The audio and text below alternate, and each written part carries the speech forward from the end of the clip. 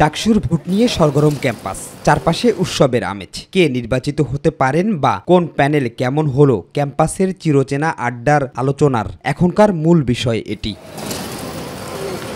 এদিকে জোট করে প্যানেল দিয়ে ভোটারদের আকৃষ্ট করছে রাজনৈতিক দলগুলো। সমস্যা চিহ্নিত করেছি যেগুলো আমার মনে হয় পূর্ববর্তী বছরগুলোতে কেউ কথা বলেনি বা কেউ কথা বললেও এই বিষয়ে কোনো কাজ হয়নি।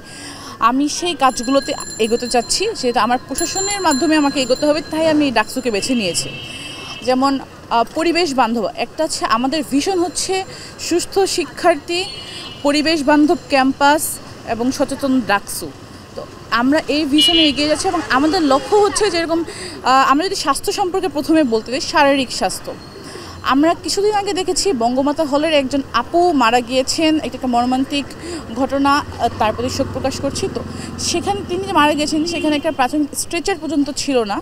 আমরা যেরকম এখানে আমাদের পুরো ক্যাম্পাসে কোনো তেমন প্রাথমিক কোনো চিকিৎসার খুব একটা সুযোগ সুবিধা নেই, কোনো মেডিসিন কর্নার নেই।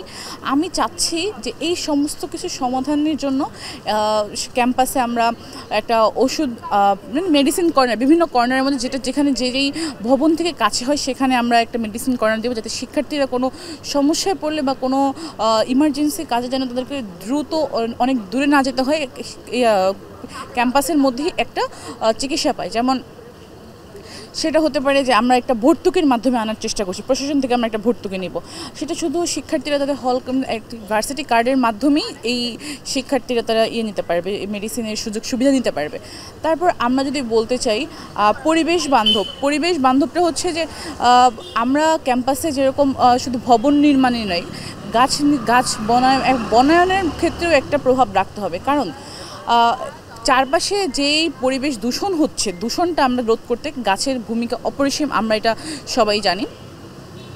আমরা এই বনায়নটাকে খুব বেশি গুরুত্ব দিব এবং আমিও যেহেতু পূর্ববর্তী যেরকম পরিবেশ বন ও জলবায়ু পরিবর্তন মন্ত্রণালয়ের কাজ করেছি, যেরকম পরিবেশ রক্ষার্থে যে পরিবেশ দূষণ রোধ করতে আমার যে কাজগুলো ছিল সেগুলো যেরকম আমরা করেছি, যেরকম শব্দ দূষণ, আমরা যেরকম এখানে গাড়ি যাচ্ছে বা কোনো কিছু, আমরা যেহেতু গাড়ির প্রভাবটা আটকাতে পারছি না, ক্যাম্পাসে সম্ভব হচ্ছে না, সেহেতু কিন্তু আমরা হর্নটাকে আমরা মিনিমাইজ করতে পারি, যে যেমন বিভিন্ন হর্ন দিয়ে গাড়ি যাচ্ছে এগুলোকে আমরা রোধ করতে পারি। ক্যাম্পাস এরিয়াতে নো হর্ন। হল সংসদ নির্বাচনে প্রার্থী হওয়ার উদ্দেশ্য শিক্ষার্থীদেরকে প্রতিনিধিত্ব করা এবং শিক্ষার্থীদের ঐক্যবদ্ধ করে তাদের যে দাবি, তাদের যে আশা আকাঙ্ক্ষা, চাওয়া পাওয়া, এগুলো প্রশাসনের কানে পৌঁছানো এবং প্রশাসনের মাধ্যমে সে কাজগুলো আদায় করে নেওয়া। ক্যাম্পাসে বিগত সময়ে বিভিন্ন ধরনের অ্যাক্টিভিজম করেছি ঘনঘোর ফ্যাসিবাদী আমলে, এবং তারপরেও ক্যাম্পাসের সকলের জন্য, বিশেষ করে নারী শিক্ষার্থী, ধর্মীয় এবং জাতিগত সংখ্যালঘু, এছাড়াও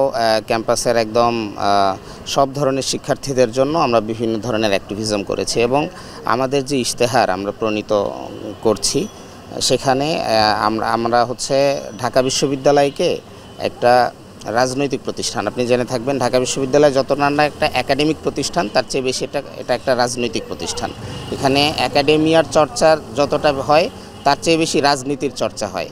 এই ক্যাম্পাসের একদম পিয়ন থেকে শুরু করে একদম ভিসি পর্যন্ত সব কিছুই রাজনৈতিক।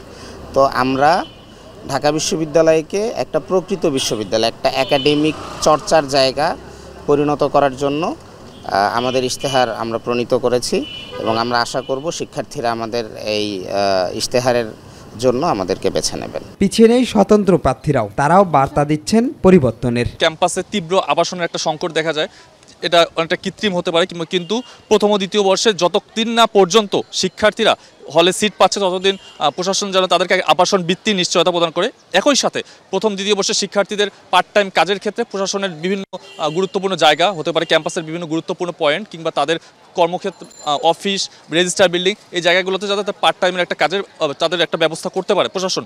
আমি এই লক্ষ্য নিয়েই মূলত কাজ করে যাবো। এক কথা বলতে গেলে শিক্ষার্থীদের এবং একই সাথে ঢাকা বিশ্ববিদ্যালয়ে আর কখনোই যেন সো কল্ড ম্যানারের নামে গণরুম, গেস্ট রুম এই প্রথাটা চালু না হয় এবং হল ভিত্তিক কোনো ধরনের রাজনীতি না হয়। হয়, এই লক্ষ্যেই আমি এগিয়ে যাব। নির্দলীয় মানুষ হিসেবে বিশেষ করে কোনো দলীয় এস্টাবলিশমেন্টের বিরুদ্ধে গিয়ে দাঁড়িয়েছি, তো এই লড়াইটা আমার জন্য একটা বিশেষভাবেই আর কি প্রভাব ফেলছে। অন্য ক্যান্ডিডেটকে কেন ভোট দিবে না বা আমাকে কেন ভোট দিবে না, আমি বিশ্বাস করি বিশেষ করে আমার যে পথটি আছে সবাই তাদের নিজ নিজ জায়গায় অবশ্যই যোগ্য বলেই তারা দাঁড়িয়েছে, কিন্তু তারপরও প্রচারের খাতিরে হোক বা নিজে যেহেতু দাঁড়িয়েছি, একটা লড়াই থেকে আসলে বলতে হয়। আমার ছোটোবেলা থেকে বেড়ে ওঠা হয়েছে সাংস্কৃতিক অঙ্গনে, সাহিত্যের অঙ্গনে, অর্থাৎ আমি ছোটোবেলা থেকে শিল্পকলা একাডেমি দিনাজপুরের হাত ধরে আমার বেড়ে ওঠা, এরপর আমি বাংলাদেশ শিল্পকলা একাডেমিতে এসেছি এবং প্রত্যেকটা জায়গায় আমি যেটা বললাম যে রাজনৈতিক যেই করাম সেটা দেখেই কিন্তু আমি বড় হয়ে এসেছি।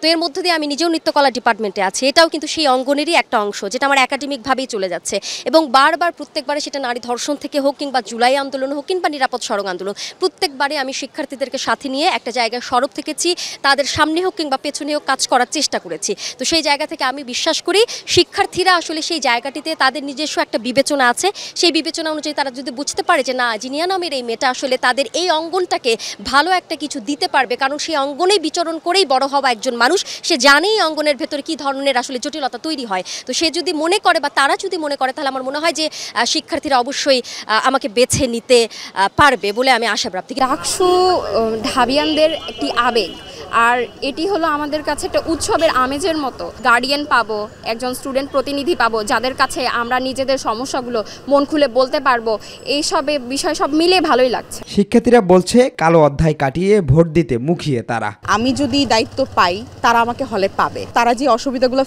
ফেস করবে, ফিল করবে, ওগুলো আমারও অসুবিধা, সুতরাং ওগুলো ওভারকাম করা ছাড়া কিন্তু আমার উপায় নেই। সবার প্রত্যাশা সুষ্ঠু ভোটের মাধ্যমে নেতৃত্বের বিকাশ ঘটবে ক্যাম্পাসে। শিমুল খান, মাই টিভি, ঢাকা।